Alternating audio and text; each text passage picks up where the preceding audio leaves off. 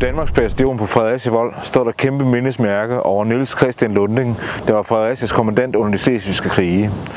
Under Fredericias belejring i 1849 var det ham, der ledede istandsættelsen af Fredericia Vold, så man var i stand til at vinde slaget Fredericia den 6. juli 1849. I vinteren 1863-64 trak det op til krig igen. Danmark havde lavet en ny lov, der knyttede Slesvig tættere til Danmark. Det var faktisk i strid med fredsaftalen fra Treårskrigen. Så Preussen erklærede Danmark krig, medmindre man trak lovgivningen tilbage.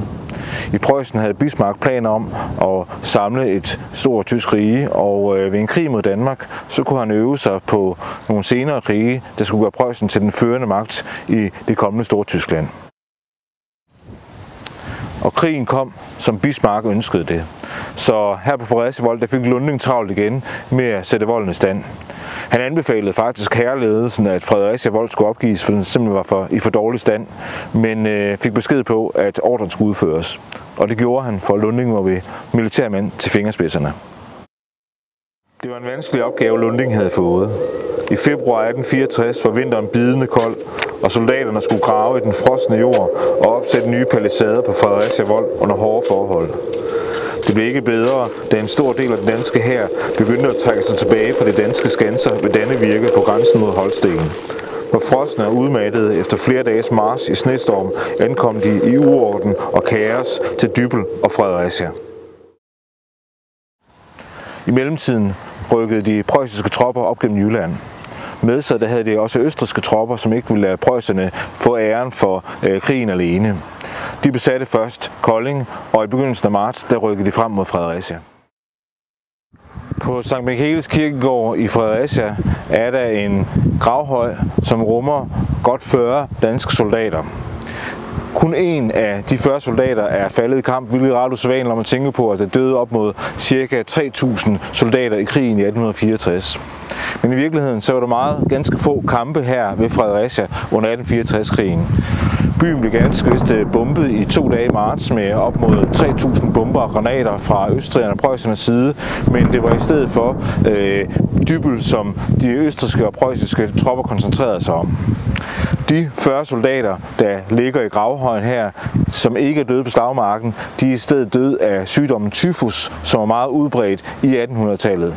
Så de har altså fundet døden på et lazaret, et militærhospital, og ikke i krig på slagmarken. Østrigerne og preusserne koncentrerede sig i stedet om de danske skanser ved Dybbøl, som de bombede hæftigt fra den 2. april og 16 dage frem. Tidligt om morgenen 18. april angreb den preussiske hær, og efter få timer var danskerne slået. Nederlaget var en katastrofe for den danske hær, der mistede halvdelen af sine soldater. Resten af hæren rykkede tilbage til blandt andet Fredericia, som man ville forsøge at forsvare. Men krigsministeren var i tvivl. Han var bange for, at hele den danske hær ville blive udslettet.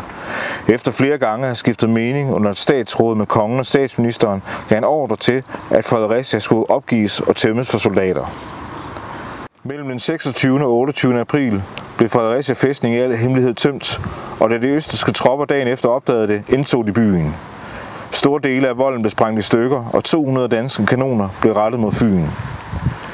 De østrigske soldater var populære blandt byens borgere, blandt andet fordi de viste stor respekt for landsoldaten, der få år tidligere var blevet rejst til minde om udfaldet for Fredericia i 1849.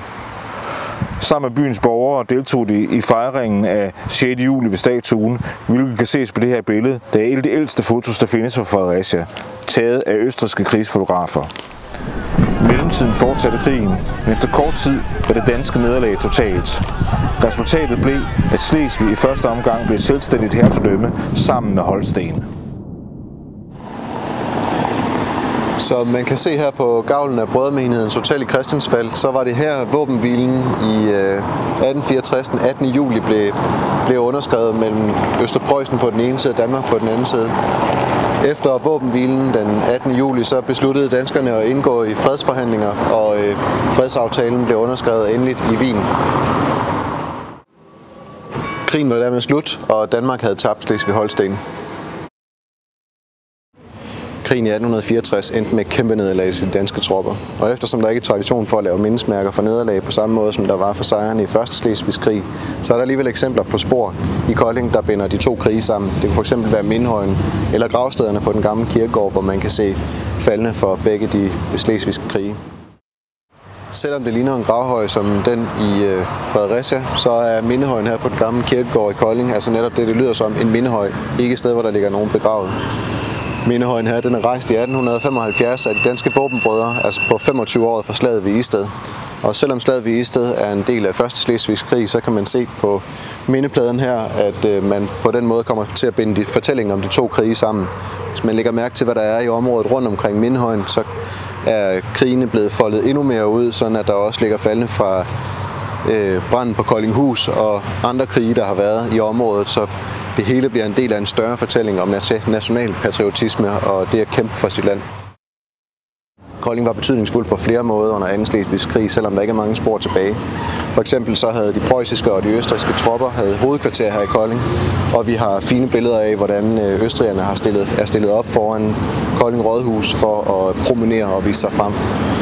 Et andet eksempel er, at Danmark har måttet acceptere at afstå Slesvig til Tyskland, holder kongen en afskedsreception for de dansksindede slesvigere netop her på Kolding Rådhus.